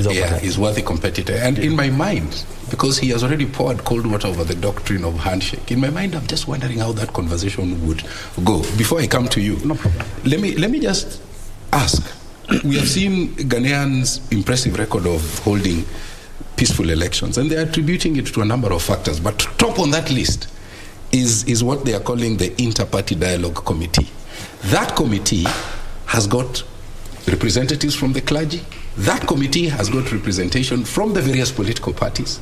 That committee has got members of the civil society. That same committee also has the security apparatus of the nation. So their role is basically to ensure that before, during, and after elections, peace prevails. They have done it successfully. That's right. And I'm thinking, what are the lessons we can pick from this Ghana experience? Because the matrix of measuring the outcome is peace. That's right. We have had a lot of Kenyans, talking about peace. Peace has become currency. But the Ghanaians have put it in such a frame that everybody who loses that election has accepted. Great faith in it. That's right. What can we pick from that model? I think that is something that Kenyans should think about, because what we are having in this country at the moment, to me, if you were to ask me, is superficial peace. Because superficial what? Superficial peace. Basically, is peace built on sand. On sand. To me, and this is my reasons. Because we want to preach peace after an election, after events. When you look at the system the Ghanaians are built, is that they start building consensus and avenues for peace way before elections is held, during the election, and even after the election. They bring all stakeholders. They look at what is likely to happen. For instance, if there is, when you look at that particular formation, what are things that are likely to bring some disharmony? For instance, is there, before the election, is everyone being given enough airtime? Are there... And we saw the president-elect raise that. That's right. He said today. The coverage was imbalanced. That's right. He said it today. Yeah. Are we seeing people being bribed? Yeah. That particular committee looks at such things. People being given an opportunity to express themselves, for instance, civil education and things like that. Now, where people have, because it comprises all these people, where these people have come together and are addressing issues that ought to have been addressed, like in Kenya we normally address them after the election, because that's why we normally go to the court, then it is easy for people to actually accept the result. And remember that there is a saying that goes that there is no actually peace without justice. Justice precedes peace. So if there are many people in this country feeling that they have been robbed of a victory, as many people are feeling today, I was somewhere and some people are saying, I'll never vote. Okay? There is a sense of dejection. Then it is a bad thing, because people feel that they didn't get a just outcome. And so perhaps this is something this country is going to think about in future, that we have to build systems where all stakeholders can be included. The civil society, the youth, religious leaders, and all these people, political actors, everyone, so that at the end of the election, we know that when we went to the election, all structures were put in place. Because what we are handling right now is actually saying that there are no proper structures. Okay. All right. Okay, Daktari, that question I'd asked you, how do you think that conversation can go, number one? And number two, because the president-elect has said, you know what, the handshake days are over, right? And he has sort of given a sense that he wants the opposition to take its space, so that, there are checks and balances. They want to be checked. That's the message that's coming out. So he says he's going to place a call, both to Right Honorable and outgoing President Uhuru Kenyatta. You're a conversation expert. I just want to pick your mind. How do I think that will go? How do you think that will go? Before I go to that, I'll just quickly want to react to the Ghana question, which I thought was also very, very powerful. And you've asked, how can we learn from their experience? Exactly, yes, proceed.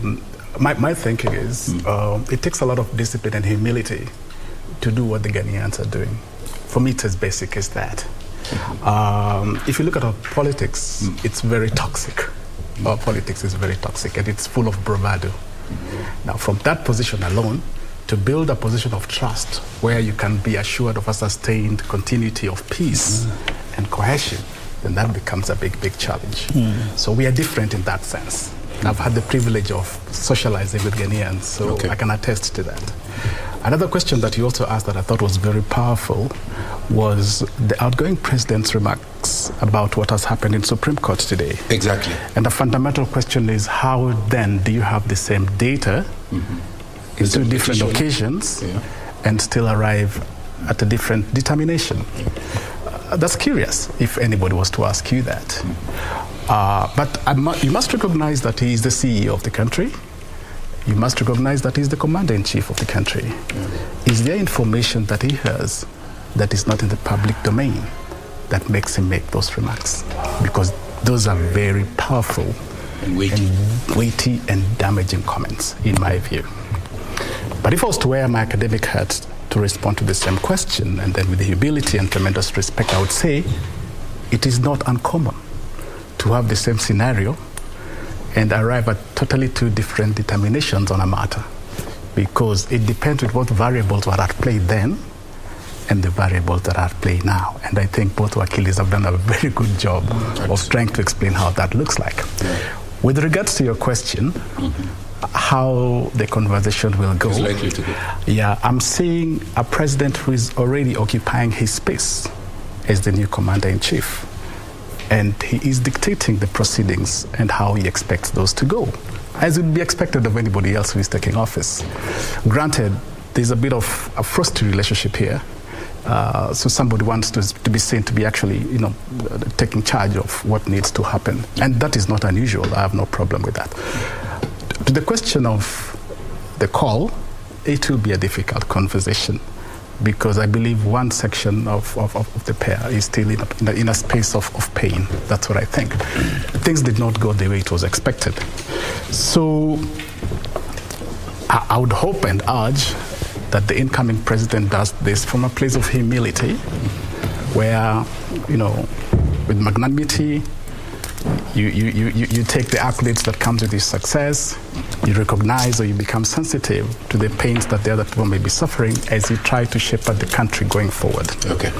On the issue of the handshake, which he has said very clearly that is not something he will advocate for, I see him standing by that. And sincerely, if you ask me, there'll be no big reason why we should have this handshake politics. Yeah. Because in my mind, handshake politics destroys another fabric of our democracy. Yeah. And that fabric of our democracy is to oppose the check fabric and to oversight. Yeah. The minute we shake hands and we say we can work together, then there's a very blurred line. That collapses. Yeah, that collapses. Okay, I get you. And so when he says he wants to be checked, I admire that very much. Yeah. But I take it with a bit of a pinch of salt, because we have seen people elected, in droves, moving to the other side. Now, for me, that is not very promising. Okay. It tells me that something is wrong. If you are elected in opposition ticket, stay true to the fidelity of the law and the people who elected you in that ticket. And if you've been defeated, occupy your space as an opposition representative member of parliament. Okay, and I'll be coming to Swaka to tell me what the Katiba says about, the movements that we have seen lately. It is immoral. But before we do that, let me just do a follow-up question. Yeah. Because you spoke about magnanimity. Yeah. And I did hear the president-elect, congratulate all the candidates who were in this presidential race of 2022. Yeah. And he actually even singled out the Right Honorable and, wished him. And if I may just read, because these were the verbatim words. Yeah. May the spirit of love for selfless service lie in your heart. Yeah. And immediately thereafter, he pledged to build a Kenya for all, including those people who did not vote to him. So before I come to Swaka, what do you think can stop him from accomplishing that goal? Nothing can stop him from accomplishing that goal. The only thing you want to hope you're hearing is not another rhetoric, because I'll be very quick to tell you that's a common template for anybody who has won a presidential election or an elective, whatever. That is a normal template. For me, the taste of the pudding is in the eating. The first 100 days will tell me whether the president-elect will live true to the spirit of his words today, and which I honestly, with all humility, trust that he will. Nothing stops him. The opposition politics as we know it is a healthy thing for us to have. So if you want to be oversighted, don't destroy it. Don't destroy it. And I say that with passion. Don't destroy it. Allow it to thrive. Allow it to grow. Find a way of conducting your business in the house without destroying that one fabric that has really helped us build our democracy. So nothing stops him from achieving that goal. But it is a different process. We are vacating the political aspect of things. We're getting into governance and management. And that's a different ballgame. Swaka, there's an argument counter to what Dr. has said, that, hey, he's the president-elect, he has an agenda, there are promises that he made to Kenyans, and what he's basically doing is ensuring that he gives his agenda wings so that his agenda can fly. And how does he do that? Reaching out to all Kenyans, including even those who are on the other side. But I'm not sure what Katiba says about that.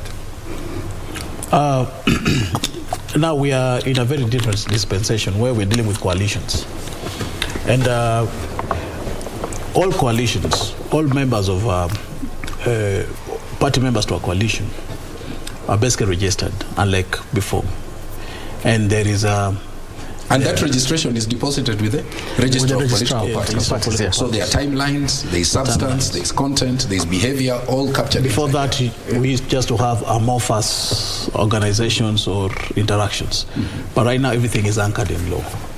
The agreements spell when you joined, how each party can exit, and when they can exit, those kind of framework. And you realize that just by being declared president-elect, the president-elect actually embraced people who crossed over, parties who crossed over from the other coalition to his coalition.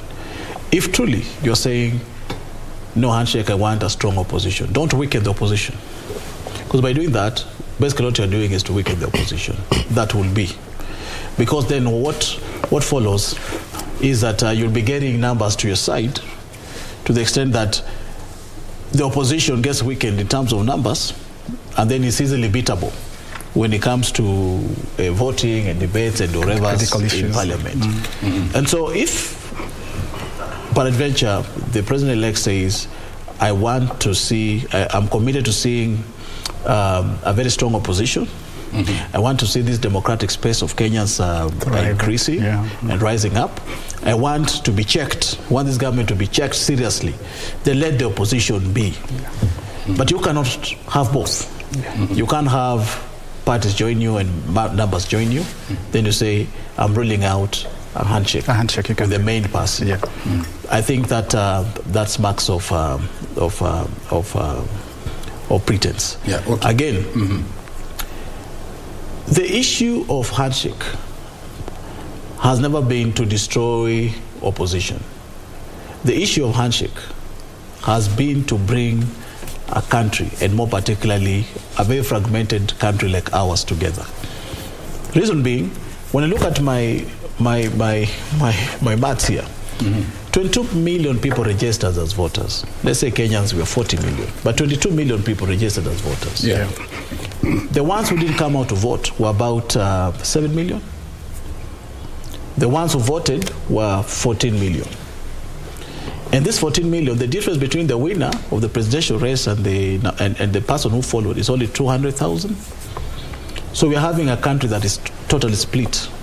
In the middle. Yes. When you look at those who voted for Raila, maybe 7 million, because the difference was some few hundreds to make 7 million, plus the 15 million who did not turn up, let me say my maths, plus the 8 million who did not turn up to vote. 8 plus 7, talk of 15 million Kenyans. Look at the ones who appeared to support the president-elect, another 7 million. Kenya is fragmented, as you say. In some quarter, there's rejoicing. In some quarter, there are tears. So the issue of having a strong opposition cannot be beyond the issue of bringing and causing the country to be one society. It's more important that everybody feels a part of this dispensation, a part of this government. Every Kenyan feels a part of what is happening today, as opposed to being relegated to the position of critiquing the government. Because with critiquing the government as an opposition, it just heightens these political temperatures. We know where this country has come from. For example, there was a handshake between Raila and Moi. There was a handshake between Raila and Kibaki, and we saw what happened. The country came down, and there was a lot of peace. We saw the other day after the nullification of the presidential election 2017, the handshake just brought fevers down, temperatures down, and Kenya was able to move forward. Maybe perhaps we could be discussing or saying, how is it possible then, within the handshake, also to create proper structures for the opposition, so as then, in the midst of the handshake, in the midst of bringing Kenyans together, we can still be able to perhaps check out the government as an effective opposition or not. But what overrides the issue of checks and balances and opposition and all that is the fact that Kenyans need to know that the incoming president is a president of all Kenyans. Whether you are in Azimio or Kenya Kwanza, this is your president. And the people in Azimio must be made to believe or to accept the fact that I may not have voted for him, but you know what? He's my president. We need to bring that cohesion together. We need to bring Kenyans together. So that even if you were to rise up and say and caution the government as an opposition figure, it's not done out of anger, out of malice. It doesn't seem to be another way of raising, because campaigns will start tomorrow. The next campaign for 2020 starts tomorrow. Starts tomorrow. That's the Kenyan standard. Yes, because what will happen now with Azimio, they'll call a press conference and say, listen, the struggle continues. Let us start checking this government. And then the campaigns are on. To pour cold water on that, bring these guys together. Tell them, listen, guys, this thing is gone. We've lost. But you know what? Kenya is one. We're all Kenyans. And the president-elect. Calls for a handshake and say, listen, we can work together, this and that. And we have seen that kind of narrative changing a lot of positions in the country, bringing down the temperature, causing people not to campaign, and just opening up the political atmosphere. Basically for everybody to thrive. Swaka has really reminded me of that philosophical line of, if you want to go somewhere alone, you reach very fast. But if you want to go very far, you work with others. But he also talks about a split, from the results that, we saw. And that split is not only in the country, it's also within IEBC, the corporate body. And I listened to Chebukati earlier on today, and he weighed in, and he said, you know what, guys, the court has vindicated me, all right? I did my job, and, we all did our job.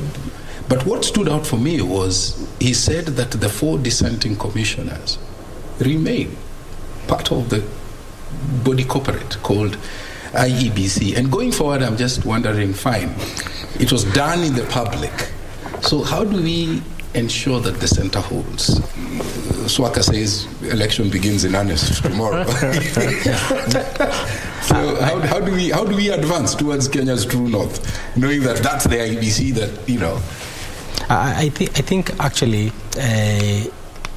it's actually the responsibility of Mr. Chebukati to bring that commission together. I think as a chairperson, he's not a ceremonial chairperson. And I think there is some of the things that happened is because members actually felt that Mr. Chebukati wasn't really accomplishing his duty as he should. So I think Mr. Chebukati himself has to start by seeing how he can do some consensus building in that commission. Secondly, I think it is not even within Mr. Chebukati's power to say who should leave and who should stay. Those are members of an independent commission appointed under the Constitution of Kenya. And so Chebukati has no say. He can't say they should leave or they shouldn't. So he's in handcuff as far as the Constitution is concerned. The Constitution office bearer, so there's a procedure. But Achilles, they differed on a very fundamental process issue. That's right. A very weighty process issue. I think it was expected. Not that it was expected to be that public, but the reason why our independent commissions, the Constitution provided that they should have an even number of members, is basically because we needed to have some checks and balances. So it is not expected that they should all agree, only that they should work together. What we saw is that it appeared that they didn't agree, but they also failed to work together. That's basically what we saw. Yeah. Are you following what you're saying? But I've worked in the corporate world, and I'm borrowing some of the best practices from there. Yeah. If you disagree with a very fundamental aspect on your work, that speaks to not being agreeable to the policies that may be running your organization. Yeah. To the extent that it can become public, it means that it is damaged beyond repair. That's how I want to see it. The prudent thing then to do, because I differed with you, Tom, and you're my executive or my chair, or whatever it is, the right thing for me to do is to resign. And that is the that is the language we as Kenyans must start to embrace. That if you are refusing to agree in matters of principle, and the person you're disagreeing with has been vindicated, staying still smacks of being dishonest from everything else that you were doing. Exactly, and that's how I read it. That's how you read it. Yeah, so I was wrong. I besmirched the image of my organization, and because it's a going concern, and I'd like it to continue flawlessly, I resign. So that is what we should start doing as Kenyans. We should, in fact, you've even answered the question I wanted to pose, because I've had this over and over again. They should resign. It is only in Kenya where people say, I'd rather die. That's right. Of course, it's sad that they had such fundamental differences, but it was also at the very last minute. So there was no way that they would have resigned. Actually, it was pretty difficult, and so I agree with Daktari that the most honorable thing, as we have heard that Jaramogi did at some point, is to resign, as Martha Karua did, is to resign. Because I will wade in because just come in there. You've concluded your point. In this country, we've had even politicians hounded in court. Nobody will resign. Exactly. Do you understand? Council. We've had scenarios where even governors, the courts have been forced to step in, and they're in office, and stop them from accessing their offices, so as they may not interfere, perhaps with crucial evidence and crucial witnesses. They have never resigned. It's taken a court order to stop them from accessing. We have seen governors who have been impeached going back or rather trying to contest again and filing motions even up to the Supreme Court, trying to vindicate themselves to go back and be able to contest for same public offices, instead of saying I've resigned or I'll wait on the verdict of the court and all that. So expecting these 4 commissioners to resign on a moral ground, yet they came out when they believed. In fact, when you look at the decision of the judges today, they were even equally vindicated. What the judges said basically is that there's a disconnect within the IEBC, which must be fixed. Okay, let me because now we are starting to wind down. You talk about that culture that has been built, that people cannot resign no matter what, even if roses grow in snow. But I did listen to the president-elect, and he felt very, very strongly about leaders using the judicial criminal justice system, for political reasons. And he kept saying it over and over again. It's been the campaign of Kenya Kwanza has been shaped around that. They've said, listen, we've been targeted for supporting His Excellency the Deputy President. Cases have come our way. We have been charged in court. We are innocent Kenyans, but we are being vilified for our political stance. Okay. So as we wrap up, and I want to start with you, Daktari, the president-elect says, if I had him clear, he said that from tomorrow he'll be hitting the road running, and he's going to move around the government departments, and start work. So in your mind, when you look into the horizon, what are you seeing that frame looking like? It will not be business as usual. That is what I'm reading from the tone. And I like the zeal. Work begins tomorrow, I start engaging tomorrow. So some of those changes that he envisages putting in, and I do agree, the earlier you start acclimatizing with what it is you're dealing with, even before it's the better. So for me, it sends a very strong signal that he wants to start serious work. To be business unusual. Your last comment on that question, perhaps also? Yeah, the same, of course. The moment you've been declared president-elect, a challenge has been lodged at the Supreme Court. The Supreme Court has upheld your victory. You're basically the president. Yeah. And so the earlier you hit the road, the better for you. And so he's just within his constitutional mandate to basically start introducing himself to the structures that are there, to the people already manning the structures, as he looks forward to, because nothing stops him now from taking oath of office. Okay, Mola, your final comments, and perhaps what does that frame look like for you? Do we expect to see some old CSs being retained, for example? We have been in an electionary mood for, as some of you have put it, actually for perhaps 5 years. I think this country has to go back to work. The earlier we do that, the better. And I think basically that is what the Deputy President was saying, because it can never be politics day in, day out. I think that was very important, that the process of continuing to build our country has to go on. Two, on the issue of whether all CS will be there, we know that some are not going to be retained, but perhaps some might be retained. Yeah. But finally, just on something that I wanted to conclude on the commissioners. In 10 seconds. The process of removal of commissioners is provided under Article 251. And I think perhaps some people are going to employ it to remove some of the commissioners that they'll be dissatisfied with. Okay, thank you. I want to thank you. And I want us to end it on that note of let's get back to work. And we wish the President-elect well. The Supreme Court has spoken, and that's the final verdict. Thank you. And looking forward to a new beginning. And looking forward to a new beginning. Exactly. And I want to thank you, thank you so much. Dr. Julian Rowa, conversation expert. Wakili John Swaka, thank you for coming through. And of course, Alec Mola, an advocate. I want to thank you all for watching. My name is Mboya, and from the capital city of Nairobi, Kenya, good night and God bless you. Thank you. Thank you, Tom. Are we off mic?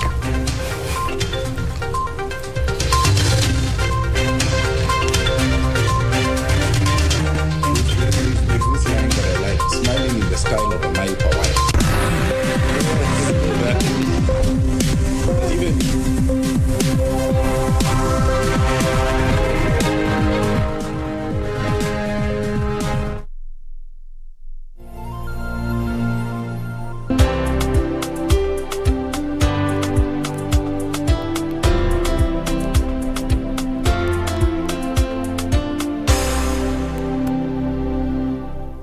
Kupata heshima kama skiza tune kwenye simu yako, bonyeza *811*